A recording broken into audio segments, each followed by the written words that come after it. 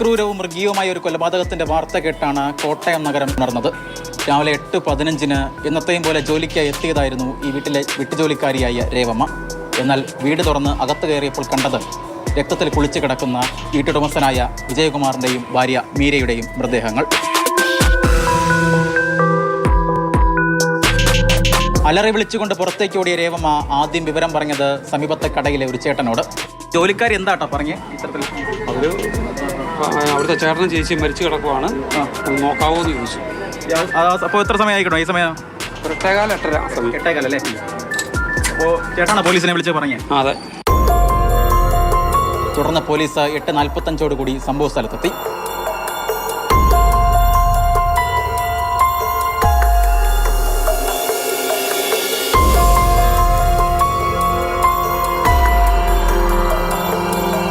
കോടാലി ഉപയോഗിച്ച് നടത്തിയ നിഷ്ഠൂരമായ കൊലപാതകം.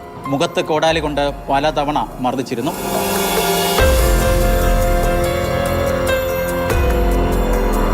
വളരെ ബ്രൂട്ടലായിട്ടുള്ള രീതിയിലാണ് മർഡേഴ്സ് നടന്നിരിക്കുന്നത്. ഭർത്താവിൻ്റെയും ഭാര്യയുടെയും മൃതദേഹങ്ങൾ 2 വ്യത്യസ്ത റൂമുകളിലായിട്ടാണ് കിടക്കുന്നത്. മുഖമൊക്കെ വികൃതമായി കിടക്കാനും ആളെ തിരിച്ചറിയാൻ മേലാത്ത രീതിയിൽ നിൽക്കുകയാണ്. സാധാരണ ഈ അന്യസംസ്ഥാന തൊഴിലുകൾ നടത്തുന്ന തരത്തിലുള്ള കൊലപാതകമാണ്. അതൊരു ക്രൂരമായ കൊലപാതകം തന്നെ. ആദ്യഘട്ടത്തിൽ തന്നെ ഇതര സംസ്ഥാന തൊഴിലാളിയാണ് കൊലപാതകം നടത്തിയെന്ന സംശയം പോലീസിനുണ്ടായിരുന്നു. എന്നാൽ കൂടുതൽ ഉറപ്പിക്കുന്നതിന് വേണ്ടിയായിരുന്നു പിന്നീടുള്ള അന്വേഷണങ്ങൾ. ആ അന്വേഷണം ചെന്നെത്തിയത് 10 മാസം മുൻപുള്ള മറ്റൊരു മോഷണത്തിലേക്കാണ്.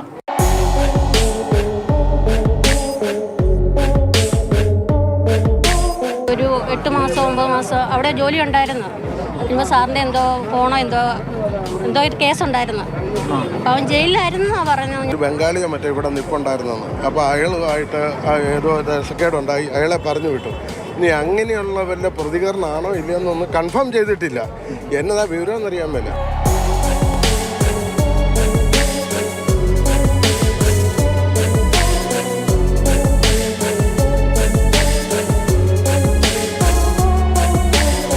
കോട്ടയം നഗരത്തിലെ പ്രധാനപ്പെട്ട ഓഡിറ്റോറിയങ്ങളിൽ ഒന്നാണ് ഇന്ദ്രപ്രസ്ഥം. ആ ഇന്ദ്രപ്രസ്ഥത്തിന്റെ ഉടമയാണ് കൊല്ലപ്പെട്ട വിജയകുമാർ.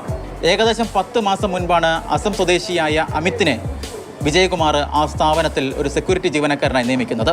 രാത്രിയിൽ കിടക്കുന്നതിന് വേണ്ടി ഈ വീട്ടിലേക്കായിരുന്നു അമിത് എത്തിയിരുന്നത്. എന്നാൽ ഏകദേശം 10 മാസം മുൻപ് വിജയകുമാറിന്റെ മൊബൈൽ ഫോൺ അപഹരിച്ച് അതിൽ നിന്ന് 1,10,000 രൂപ ഈ അമിത് അപഹരിച്ചു. ഇത് കണ്ടെത്തിയ വിജയകുമാർ പോലീസിൽ പരാതി നൽകുകയും അമിത് ജയിലിനുള്ളിലാവുകയും ചെയ്തു. കഴിഞ്ഞ ഏപ്രിൽ 3-ാം തീയതി അമിത് ജയിലിൽ നിന്ന് പുറത്തിറങ്ങി. തന്നെ ജയിലിലാക്കിയ മുതലാളിയോടുള്ള വൈരാഗ്യം തീർക്കുന്നതിന് വേണ്ടിയാണോ അമിത് ഈ കൊലപാതകം ചെയ്തതെന്നാണ് പോലീസിന്റെ പ്രാഥമികമായ സംശയം. വെപ്പൺ എടുത്തിരിക്കുന്നതും ഈ വീടിൻ്റെ ഔട്ട് ഹൗസിൽ നിന്നാണ് വെപ്പൺ എടുത്തിരിക്കുന്നത്. ആ വെപ്പണാണ് ഉപയോഗിച്ചിരിക്കുന്നത്. വെപ്പൺ നമുക്ക് ലഭ്യമായിട്ടുണ്ട്. കോടാലിയാണോ സാറേ? കോടാലിയാണ്.